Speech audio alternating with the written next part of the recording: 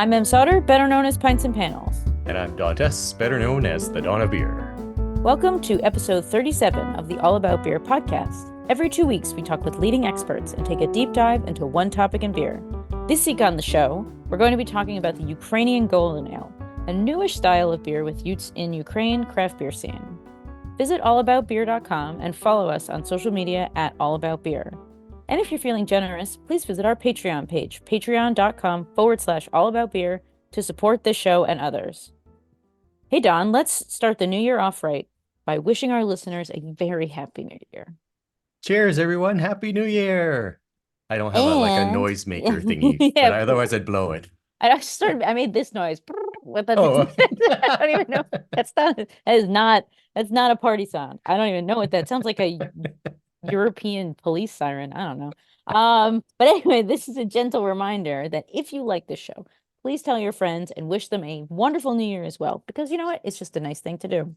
That's true. And if you are cool, and obviously you are because you're listening to this podcast, but if your friends are also cool, you should let them know about this show. Now, Don, have you ever had a Ukrainian Golden Ale?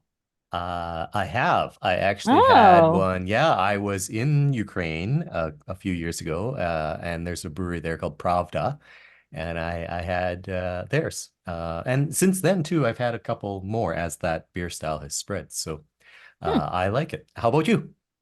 So I haven't, but I've actually been to Ukraine many years ago. My sister was in the Peace Corps, and she lived in Ukraine, in Western Ukraine on the Romanian border, and taught English there. And though I was there, the craft beer scene, so this is 2011 or so, was just getting off the ground. So I've never had one. You haven't had one in North America either then? No, okay. I haven't. Well, we're going to learn all about it. Yeah. I know we got to remedy that. So, but I did really like their lagers are really good. Mostly I had mass produced stuff. But I really liked their belay, their wheat, their lagers. You know, I was there in the summer and I was just walking down the street drinking beer. Yeah. And beer was like dirt cheap. It was like beer was sold in the subway. Cheap as borscht? It was like 30. I did the math once about the hryvnia is their currency, I believe. And it was 35 cents for a bottle of like Lvivsky lager. Wow. They're 35 cents.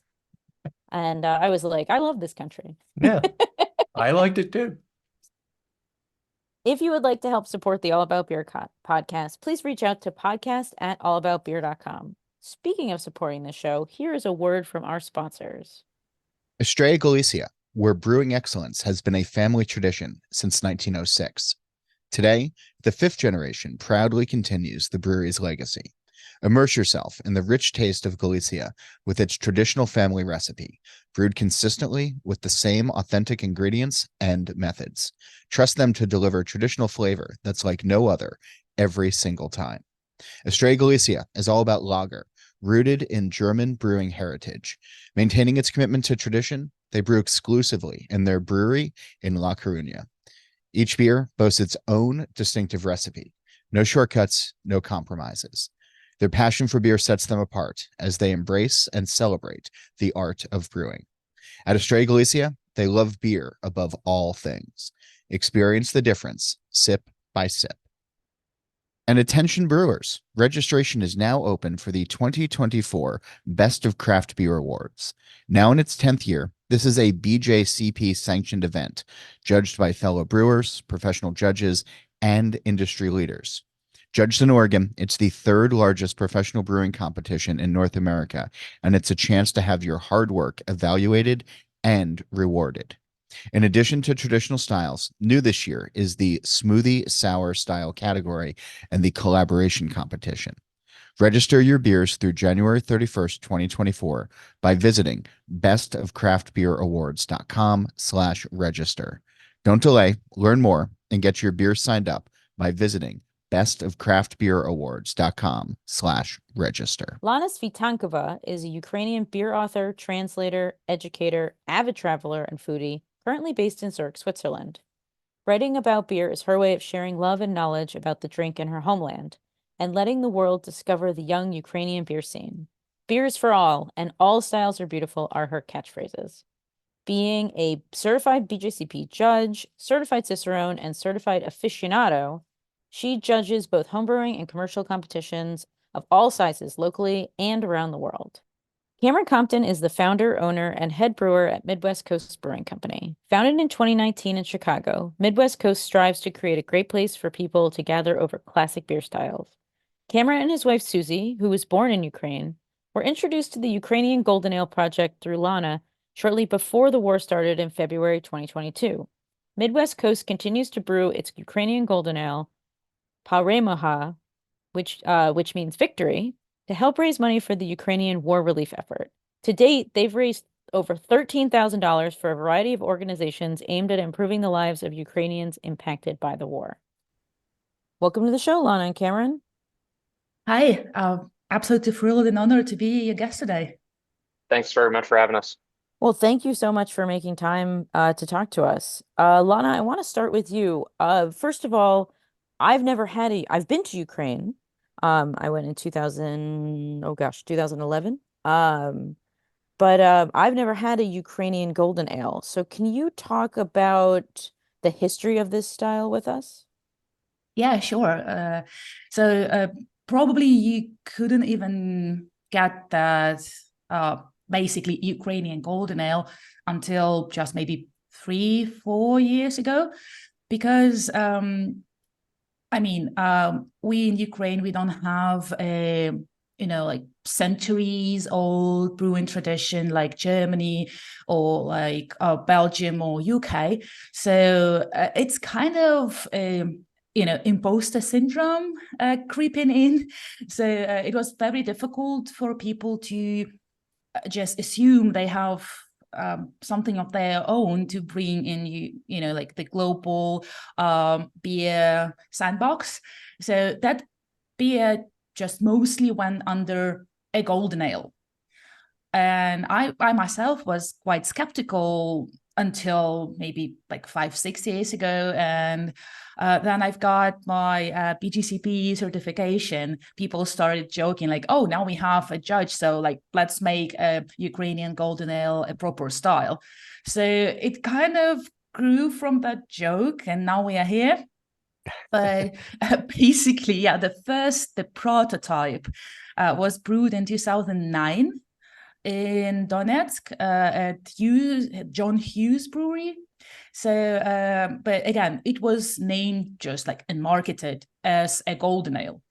But it was kind of different it wasn't a Belgian golden ale, it wasn't a British golden ale, but it definitely got its inspiration from a trip to Belgium, which the head brewer of that brewery took.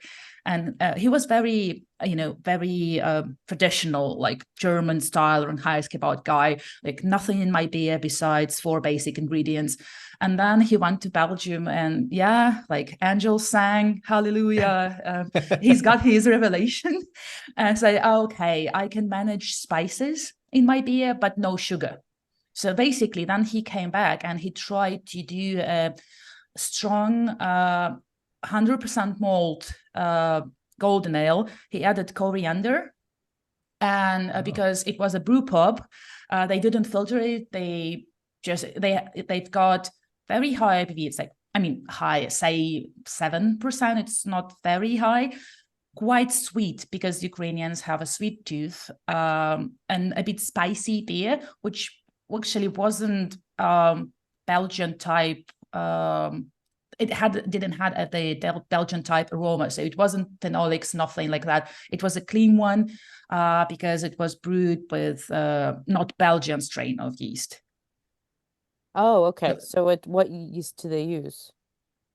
So it was like nowadays it's mostly US-05 or Safale S33. So they're quite clean.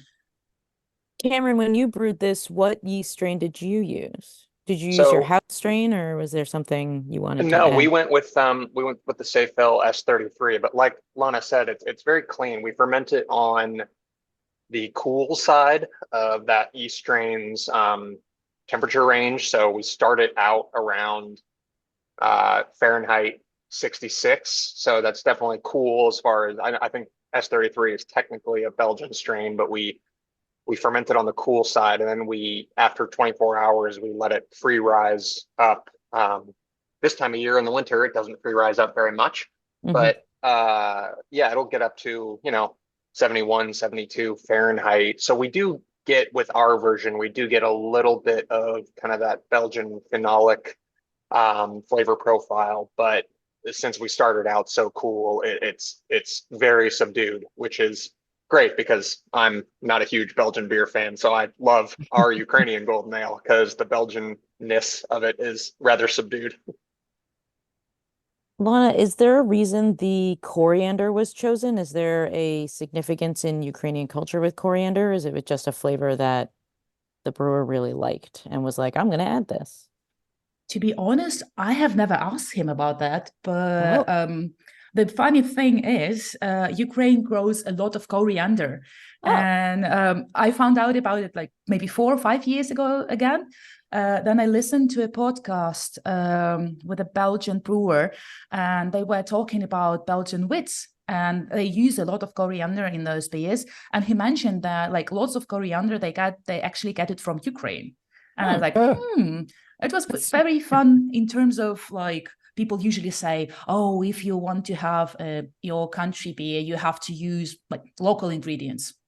So probably but to be honest, the only ingredients like which are truly Ukrainian in most Ukrainian golden ales is water and coriander, because everything else mostly is imported.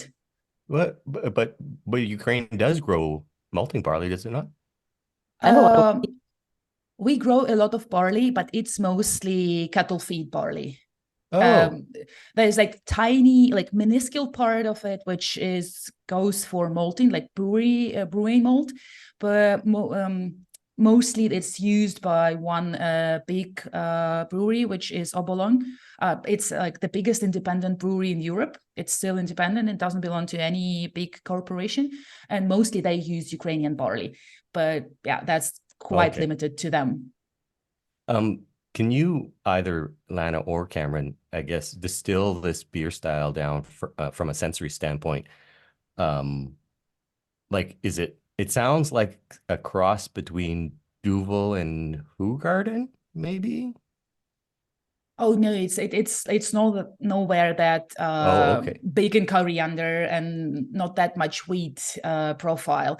So if I would describe it, so the main feature is it will be higher in ABV, like about 6, 7. So not that high as Belgian ones, but way higher than British ones. It will have a sweetish aftertaste because it will be malty, but not glowingly sweet, but definitely malty. The touch of coriander will give it like more citrusy note than like specifically very pungent, spicy profile. And yeah, it's clean, like mostly no phenolics, no cloves, nothing like this. Again, what you would expect from Belgian beers. Okay, excellent. Thank you. Lana, I wanted to stick with you for a second. So when did you live in Switzerland right now? When did you leave Ukraine? It was almost 5 years ago, just before pandemics. Okay.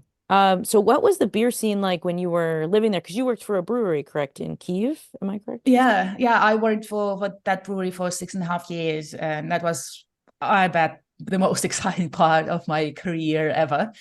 And but the thing is, the craft beer in Ukraine started probably like officially the first brewery calling itself craft. It was a contract brewery. It was established in 2012. So the scene is like in a pretty baby steps now. But then it started. It was just like lagging maybe 5 years behind everything else in the world. So like some new techniques, and they're just coming 5 years later. Oh, hazy IPAs, they're coming like 2-3 years later. But now it's like they catch up, and it's like it's way easier for Ukrainian brewers now because they have an access to internet, they have access to forums, they can talk to people, they can read, because it's like way before it was way more difficult to find any information on new styles, new techniques, new ingredients, new hops, everything new. And now we just can just come and with the friendly help of other brewers, we can just learn from the global experience, I would say. So like then the cold IPAs just appeared in US. We had a cold IPA collab brewed in Ukraine between American brewery and Ukrainian brewery. So we just like caught up on everything which is going on in the world. So like new products appearing approximately on the same time scale. So it was very exciting. Like sometimes I would rather have them not copying stuff I don't personally like. Hazy Pilsner. But, yeah, probably. Yeah, hazy Pilsner is not what I would like. Or like smoothie, fruity types of beer, which don't have any beer in them. But yeah, so they can play with everything they want, and they're not lacking in anything besides maybe right now the buying capacity. So like there is not that much income which people can spend for beer right now. Right. Cameron, how did you this project? How did your involvement, I guess, in this project come together? How did you Sure, plan yeah. and then decide to make this beer? So if you're familiar with the beer blog Good Beer Hunting, they are only about, I don't know, their office is only about 50 meters straight north of our brewery. They're just one block north of us. And one of their writers knew Lana and knew that my wife, Susie, had been born in Ukraine. Her family left in 89, 88 or late 88 or early 89, right before the Berlin Wall fell. So he knew there was a connection to Ukraine through us. And I was just checking the dates because I wanted to make sure I had that email connection right. And he had actually connected us with Lana on February 23rd, 2022, which is one day before Russia invaded Ukraine. Oh my gosh. The most recent time. So I wanted to make sure I had that right. But yes, I just checked my emails and those dates are correct. So Lana reached out to us. We got connected via Good Beer Hunting through Mike Kaiser there. And obviously within 24 hours, we're like, well, I think this might be put on hold for a hot second, given the state of things. But within a few weeks, Lana was right back emailing us, letting us know, like, no, this is now the time that we should really be trying to spread the word about this style. We want to get this recognized by BJCP. We want to get brewers around the world doing it. And we were obviously hooked immediately. I mean, the connection through my wife, her family has traveled back to Poland several times since the war started to volunteer. Her stepmom is a doctor, so she's been helping in all sorts of ways over there. So it was just so obviously something we wanted to be involved in, and we figured, well, why don't we just, not only make this beer, but use it as a means to raise funds for various organizations that are assisting with the Ukrainian war effort. So in April of 22, one of the brewers from Varvar Brew in Kyiv came over, and he managed to get out of Ukraine. He was a British national, managed to get out of Ukraine and come over to the US, and basically came over to our brewery, and we sat down and talked for a little while about this beer style. It's funny, Lana mentioned the hybridization between a British golden or a British strong ale and a Belgian, because when we first got the proposed BJCP style guidelines, we sat down with our brew team here and we're just like, well, this doesn't sound like anything we've ever seen, but it sounds like a mashup of a British and a Belgian. So I guess let's go for that. So in April of 2022, we brewed it for the first time. We released it in May, held a big fundraiser here. We've been, I think since we've started, we've been able to raise over about $14,000 for various organizations, assisting in the Ukrainian war effort. And it's been really phenomenal to see all the support come out. It's something that's obviously very near and dear to my heart and to my wife's heart, since she was born there in Odessa. And we're just thrilled to be a part of it. It's been remarkable to see such great support from our community. Lana, Okay, you excellent. Thank came, yeah. Lana, you came over to Chicago last year for an event. Yeah, God, it's already last year, right? Yeah, it It is was last year. 2024. Yeah. Yeah, it was like November, but it was last year. Yeah. Basically I combined all the best things in one go. So I was able to come to the big festival, to judge at the competition, and to take part at the can release. So basically this is so important to me, like personally, because then I asked Cam and Susie like about what you think about beer, and they said people like it so much we're going to brew it again. So good. Cam, can you tell me, was it like the fifth batch? We are on, goodness, great question. I think we are on batch 5 or 6 right now. And it's something we're going to continue to make, seasonally, probably twice a year for both release and can and kegs. And I've been pretty hard with our team here that it's always going to be something that we use to raise funds for organizations to help with the war effort. It's never going to be just like a beer that we make purely for our own well-being, because it's just, there's just so much behind it that we, that matters a lot to us. So, but especially this like continuous thing, for me, it matters also not only because of the support, which is absolutely priceless, but also people like it just for the merit of the beer. So it's not like something artificial. It's not like you are just want to like, okay, look at this. This is a new style. We're brewing it like maybe one time and that's it, just to tick it off from the list. But yeah, if people like it, it's all the better. That's kind of you to say. It is always in the top 5 when we have it on for a draft list. I think people are initially drawn to it because of the story, but hey, people seem to like it, so that's a plus too. That's awesome.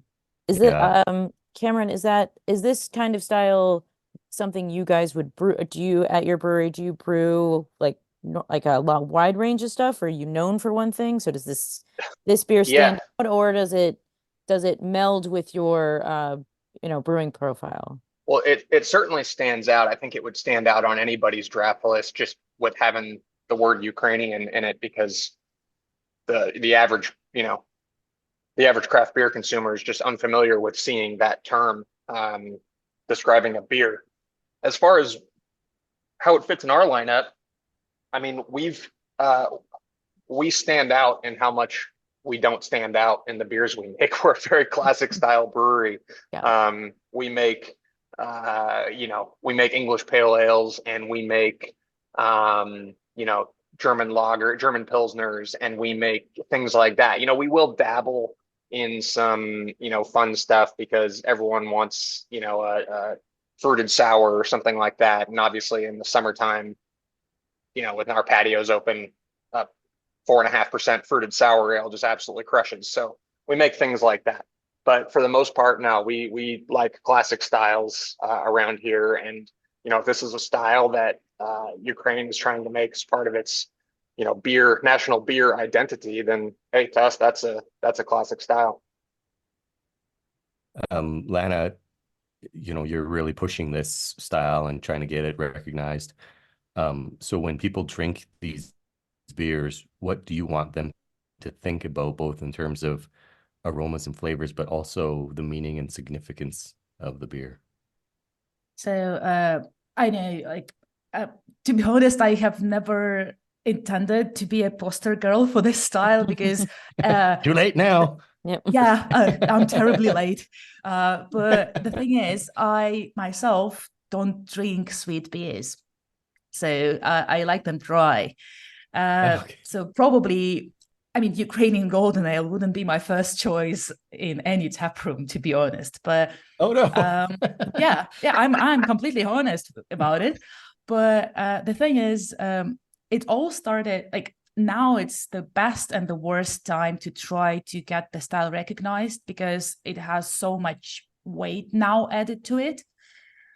And like I don't want people to think that we want to push it just because we are trying to ride this wave of, like being on the news all the time. I want it to be like something we can call our own, so we can claim it, because for me, craft beer is always about diversity, an opportunity to like choose different things. And I'm always so much excited by national styles. For example, in Brazil, they have Catarina Sour. And then I've been to Brazil. I talked to people asking, like, okay, tell me, how did you manage to get it into the BJCP guidelines? And they said, like, well, we just invited some people. We sat and drank different types of beer, and like we tried to describe it. And yeah, of course, even there were people who said like, oh, it's artificial style. You're trying to create something unnatural. You're just like, okay, what we can add to call it our national style. And this is what I don't want to like push. So like the artificiality of it. But if it's still here 13 years later, then it's obviously not a fad. It's something people drink in big quantities. And again, like this style doesn't make people like beer geeks or craft beer drinkers super excited, because it's not a wow beer. It's like it's not super bitter, it's not super high gravity, it's nothing like out of this world, and now people want to be excited all the time. But for us, it's like a big stepping stone. Like there were a lot of people who just drank a glass of that. It's like, that's interesting. Maybe I should just discover more of this so-called craft beers. And it's very palatable, very agreeable beer. So people just naturally drawn to it. Again, we have like lots of people who like maltier style of beers, because during USSR period, a lot of bigger regional breweries were established with the help of Czech brewers. So lagers in Ukraine, they're more maltier. They're not like German style lagers, they're more like Czech style lagers. And this also helps. So then there's like more maltier profile. It binds people to their memories of beer they had before, and it's not very aggressive. So yeah, it's a great stepping stone. And I think the more national styles we have, the better, because we can discover world through beer, and it's always exciting. Yeah, the more variety, the better. So we started this like before war. And that was the idea. I asked Michael from Good Beer Hunting, like, does he know somebody who maybe would be interested in brewing a new style? So because to make it a style, like international style, other people from other countries have to be exposed to it. So people have to brew it somewhere besides Ukraine.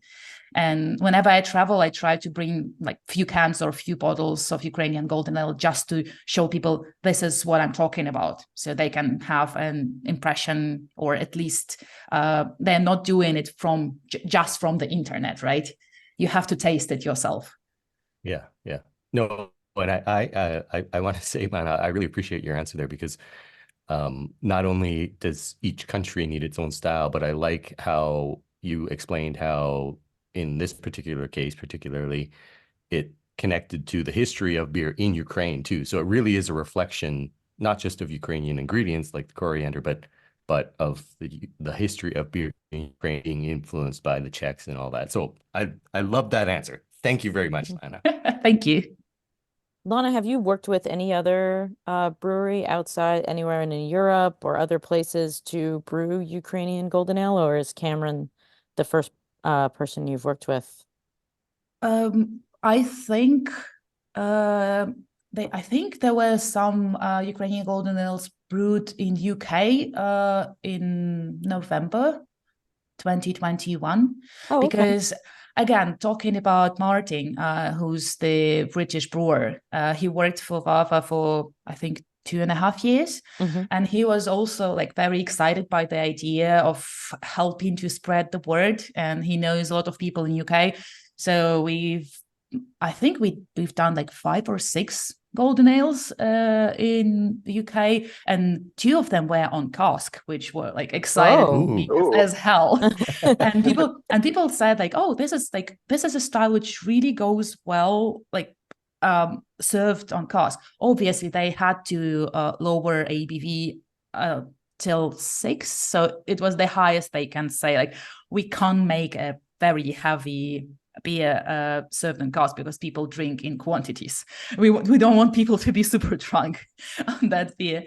And yeah, that was super exciting. And I think we had Ukrainian ale brewed in Denmark, Poland, US, UK. Just recently it was brewed in Japan. And like in November, in the end of November, I went to Zichovec in Czech Republic, and we did one. So it's not released yet, but it will be released in the next maybe week or 2 weeks. Great. I do have one question. So, Lana, this style is from the Donetsk region, where a lot of the war is being fought. Do you think that changes the shape of this style, or has any reflection on the style, perhaps? No, I don't think so, because the first time it was brewed in 2009, and basically war was the reason it started to spread, because with the occupation of Donetsk region, the brewer and the owner of the brewery, they had to flee the city. So they split. One of them came to Kyiv and started Varvar Brew. Oh, okay. And another went to Dnipro and worked there. So they continued to brew this style and serve it on the festivals. And it started like people who also fled from that area. They came and saw it, and recognized it. So they were super happy to see it again. And then they introduced other people, and people started to drink it at the festivals. But I mean, it's like we don't have too many very geeky festivals. It's more like a fair. So you have like lots of breweries serving beer in big glasses. So it's more like like a Christmas fair, probably, type of festival. And people were always queuing for it. So like after a while, other breweries took a note on this, and they started brewing it as well. But yeah, it's a beer which breweries brew mostly if they have a core range. So they have a core range which brings them bread and butter, like breadwinner. So people come back to that beer and they drink it again and again. And sometimes craft breweries, they're making like a one-off as well. But I don't really think it just like shaping the profile, no. Are there any other Ukrainian styles? I know that when I was there, I mean, that was a long time ago, there was a lot of wheat ale that was being drunk. Is there any other like beer style in Ukraine that's like, besides lager, that's quite popular? Wheat beers are quite popular, but they're more like in a German tradition. I would say, like, not the Belgian wheats, but German style wheat, Hefeweizens. Because it's served in like a hef glass, the bile, the white beer. Yeah, that's right. And like the thing is, people usually call this beer unfiltered. And it creates lots of funny situations. Then people come to or send messages to craft breweries, or come to a tap room and like, do you have like unfiltered beer? And well, yeah, all of it is unfiltered because filters are very expensive and we don't filter a beer at all. So this is kind of very cultural thing. So people call wheat beers unfiltered, and like they expect, and you say the beer is unfiltered, and they expect it to be like hazy-ish because of the And we even had a situation that a customer sent us a message like, I'm holding the bottle of your beer and it says unfiltered, because on the Ukrainian labels you have to put a lot of information. It's like a huge number of information amount, and it should take, for example, like pale unfiltered beer, all ingredients, all technical data like alcohol content, gravity, IBU, everything. It's like it says unfiltered, but it's crystal clear. Why is that?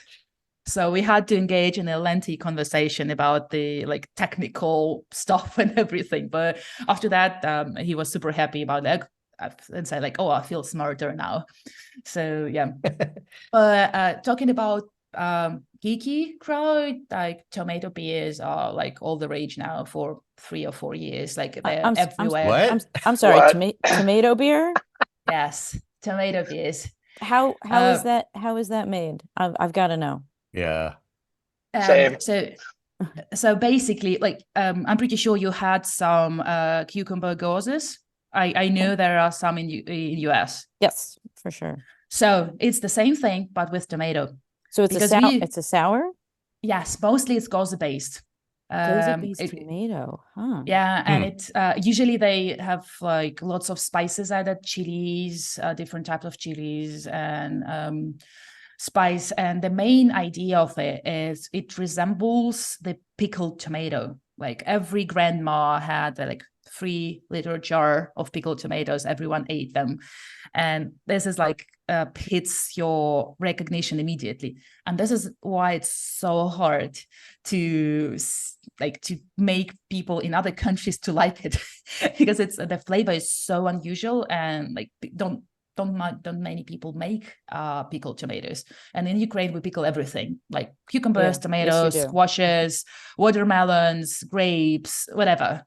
Give me a vegetable and I can pickle it. It reminds me of in the central parts of America, they mix like domestic lager and tomato juice. And it's called a red beer. That's like a Nebraska, but it's not spiced. Oh. It's just tomato juice. This is a big thing in like Nebraska, South Dakota.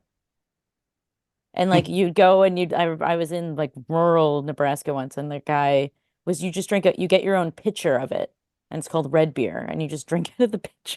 And I was like, I don't want one. No, thank you. Yeah. So then we also have lagers with tomatoes, but it's easier to explain people, like it tastes like maybe a Bloody Mary or michelada, depending on like where you are coming from. But like then it's sour beer based. It's just pickles all the way. Lana, I'll say I'll be happy to try your tomato spiced goza, but I'll probably be sticking with the golden ale as far as you're not going to make one. This is where you guys can work together again. But that's love or hate beer, so I'm definitely not imposing this on anyone. I know which side of that love-hate I fall on, but sorry. I appreciate that. That was kind of out of left field, the tomato beer, but I just wanted to ask both of you, Cameron and Lana, what do you see as the future of Ukrainian Golden Ale? Maybe Lana can go first. Well, I do hope it will get its place in the guidelines. So for now, it's on Untapped guidelines. No matter my personal attitude to Untapped, but it's there already. It's on European beer consumers group. They also have a specific guidelines written by Tim Webb. So we mostly have BJCP left, but I know it's like quite a lengthy process of verifying the style. So they have to know it's not temporary fad. It's brewed at least somewhere else, and it tastes like a proper beer, but not a bad replication of something. So we will be moving there. But even if it even if it won't make it, I will be more than happy that it exists, at least in Ukraine, because we do have something of our own, no matter what people think about it. Like if they say it's artificial, or I had some people trying to like rally me to introduce the tomato beer as Ukrainian beer style. But I mean, as a judge, I don't see it like a valid style. It will just fall into vegetable beers. So it's just a specific ingredient, and the base can be whatever you want. Right. So there is no like any specific frames for it, I would say. I'm pretty sure it will continue be drank in big quantities because people just like it and it's not offensive, and there should be variety, and people have to be like happy and content with beer they choose, because hazy stuff or fruited stuff or whatever, it's not for everyone, and I want all the people to enjoy good beer. Awesome. Thank you, Lana. Cameron, do you have anything to add there? Yeah, well, I mean, I can say for Midwest Coast, it'll definitely always continue to be brewed here. Actually, it's on our brew schedule for this coming Thursday and Friday, the 4th and 5th of January, for our kind of late winter, early spring release of the beer, and then we'll be making it again in July for a late summer, early fall release. So it'll at least be available seasonally around here. So we're looking forward to it. Awesome. Thank you. Awesome. Thank you. Well, thank you both so much for coming on the show. If anyone wants to reach out to each of you about Ukrainian Golden Ale or anything else, social media handles, how can people reach out to you or learn more about what you do, either at your brewery or like wherever? Well, I'm a dinosaur, so I'm only on Facebook. I don't have any other social handles. So you can reach out through Facebook, Lana Svitankova, or by email, lana.svitankova@gmail. And I will be more than happy to chat with anyone about Golden Ale or whatever, any beer-related themes, because I'm a huge beer enthusiast. Sure. And for us, you can find us on Instagram at Midwest Coast Brewing, and also at midwestcoastbrewing.com. You can contact us through either of those channels. Great. Thank you guys so much for your time. We really appreciate it. Thank you for having me here. Thank you so much. Thank Cheers. you. Cheers. So, Don, what'd you think? I love that. As I said at the beginning of the show, I had tried a couple of them, and I liked hearing the history of it and of the Ukrainian beer scene more broadly. So I liked that very much. What did you learn? I learned that I don't want a tomato beer. I'm just not a pickle fan. But I really, really like how every country, and this is why beer is such a fun global. Yes. Every country gets to showcase the things that they love and care about, and then other countries can either riff on that or brew it in honor of other places. That's why the beer scene is just so awesome. Yes. It's like a food, right? Sure. And if you like having sushi or butter chicken or Wiener Schnitzel, whatever. I love that we can celebrate humankind really through food and beverage. Yep. Yes. Love it. I love it. I do as well. Yes. Visit allaboutbeer.com and follow us on social media at allaboutbeer. And again, if you're feeling generous, visit our Patreon page, patreon.com/allaboutbeer, to support this show and others. If you have any questions for the experts, email podcast@allaboutbeer.com. That's also the email for feedback, suggestions, and to inquire about supporting the show through advertising. Don, how can people reach out to you? Oh, I am at the Dawn of Beer on X, Threads, and Instagram. And I love to talk about beer, so people can drop me an email at dawn@thedawnofbeer.com. How about you, Em? I am at Pints and Panels across all social media, and my website is www.pintsandpanels.com. Here's a word from our sponsor. Estrella Galicia, where brewing excellence has been a family tradition since 1906. Today, the fifth generation proudly continues the brewery's legacy. Immerse yourself in the rich taste of Galicia with its traditional family recipe, brewed consistently with the same authentic ingredients and methods. Trust them to deliver traditional flavor that's like no other every single time. Estrella Galicia is all about lager, rooted in German brewing heritage. Maintaining its commitment to tradition, they brew exclusively in their brewery in La Coruña. Each beer boasts its own distinctive recipe. No shortcuts, no compromises. Their passion for beer sets them apart as they embrace and celebrate the art of brewing. At Estrella Galicia, they love beer above all things. Experience the difference, sip by sip. And attention brewers, registration is now open for the 2024 Best of Craft Beer Awards. Now in its 10th year, this is a BJCP sanctioned event, judged by fellow brewers, professional judges, and industry leaders. Judged in Oregon, it's the third largest professional brewing competition in North America, and it's a chance to have your hard work evaluated and rewarded. In addition to traditional styles, new this year is the smoothie sour style category and the collaboration competition. Register your beers through January 31st, 2024 by visiting bestofcraftbeerawards.com/register.